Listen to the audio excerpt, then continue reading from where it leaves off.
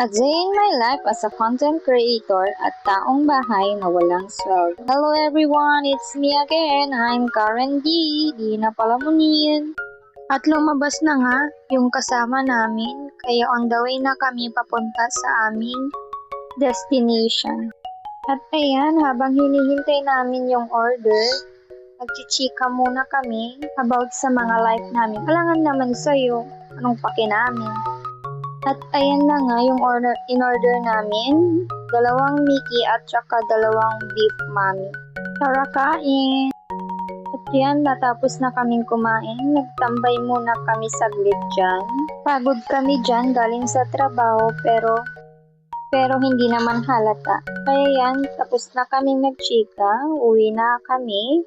At hinihintay na namin yung 4 wheels namin. Charot, tricycle pala.